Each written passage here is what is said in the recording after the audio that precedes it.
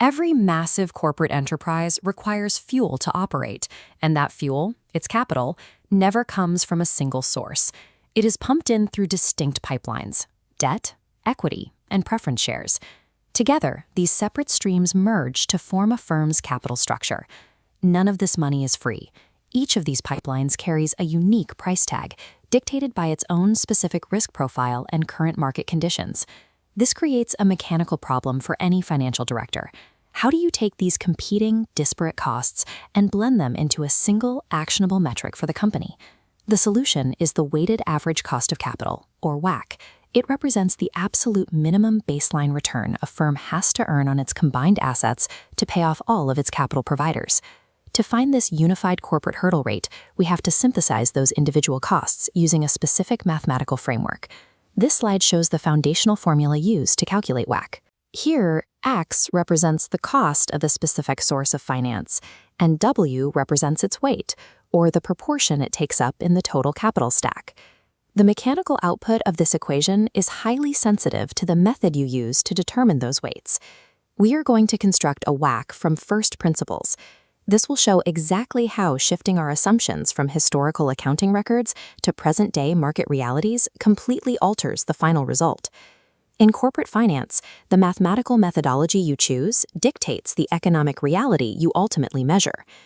Before we can begin weighing the capital stack, we first have to isolate our X variables, the individual costs of each financial instrument. Take redeemable preference shares as an example. These instruments carry complex cash flow realities, including defined maturity periods and upfront issuance costs. This is the raw mathematical formula required to solve for the cost of those specific preference shares. Looking at the top half numerator, C represents the annual dividend. The function next to it calculates the annualized discount or premium spread out over the entire maturity period. The denominator calculates the average capital that the firm actually has available to use during that period. If you check the Where section, notice that the net proceeds, NP, are only listed as $95,000. A real-world underwriting cost of 5% has eaten into the 1 lakh par value. Running these variables through the equation leaves us with a final isolated cost of 10.77% for this specific instrument.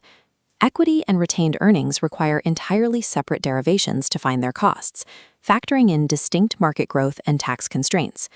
Every single component in the capital stack contains its own internal pricing logic. You have to solve these individual components before any synthesis can begin. With the individual component costs locked in, we can move forward and assemble the composite WACC. This slide lists a standardized set of after-tax costs for a hypothetical firm. Debt sits at 4%, preference shares at 11.5%, equity at 15.5%, and retained earnings at 14.5%. To plug these into the WACC formula, we have to establish the weights, the W variable, using the most readily available method, book value. This is the firm's historical capital structure exactly as it sits on their balance sheet, totaling 15 lakh. Book value weights are proportions derived strictly from these backward-looking accounting records. This table unifies the computation, merging our known costs with those historical book amounts. Focus on column C, the proportion. We calculate this by dividing each individual source amount by the total 15 lakh. Notice that equity and retained earnings make up over 53% of the firm's historical structure. To find the weighted cost in column E, the mechanics are straightforward. You multiply the proportion in column C by the after-tax cost in column D. Adding those individual weighted costs together gives us a flat 12% WACC.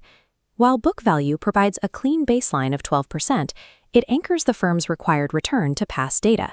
It ignores what these assets are actually worth in the market today. There is a severe limitation to that baseline. Investors don't trade securities based on historical book values. They trade based on current market prices. Recalculating the WACC using Lai's market value weights requires us to address a specific allocation challenge. This slide updates the firm's present realities. Look at the bottom row of the market value column. The market lumps equity and retained earnings together into a single combined share price value of 10 lakh. We know from earlier that equity costs 15.5%, while retained earnings cost 14.5%. Because their costs differ, we have to mathematically fracture this combined market value. This table shows the allocation logic used to accurately split that 10 lakh. We look backward to the historical book ratio. We take the 6 lakh equity and the 2 lakh retained earnings and divide each by their combined 8 lakh book total. This reveals a strict historical proportion: 75% equity, 25% retained earnings. In the market value column, we apply that 75-25 split to the new 10 lakh market total, yielding 7,50,000 for equity and 2,50,000 for retained earnings. True market representation forces us to mathematically redistribute current values along historical proportion lines to maintain strict accuracy. With the market values properly separated and allocated, we can rebuild the composite formula one last time. This final table runs the WACC computation using our market value weights. Look at the market value column. The total capital base of the firm has expanded from 15 lakh to 17 lakh. In the total cost column, we calculate raw cost amounts by multiplying market value by percentage cost. Down at the bottom, we apply our WACC equation: total cost divided by total market value. This reveals the updated WACC, 12.60%. The balance of the firm's required return has shifted. Our book value WACC was 12% flat. The market value WACC is 12.6%. This increase happened because shifting to market weights proportionally expanded the size of equity, the single most expensive source of capital in this firm's stack. That extra weight dragged the entire average upward. Market value weights provide an accurate, forward-looking economic hurdle rate. In corporate finance, understanding the mechanical assumptions behind the math is as vital as the math itself.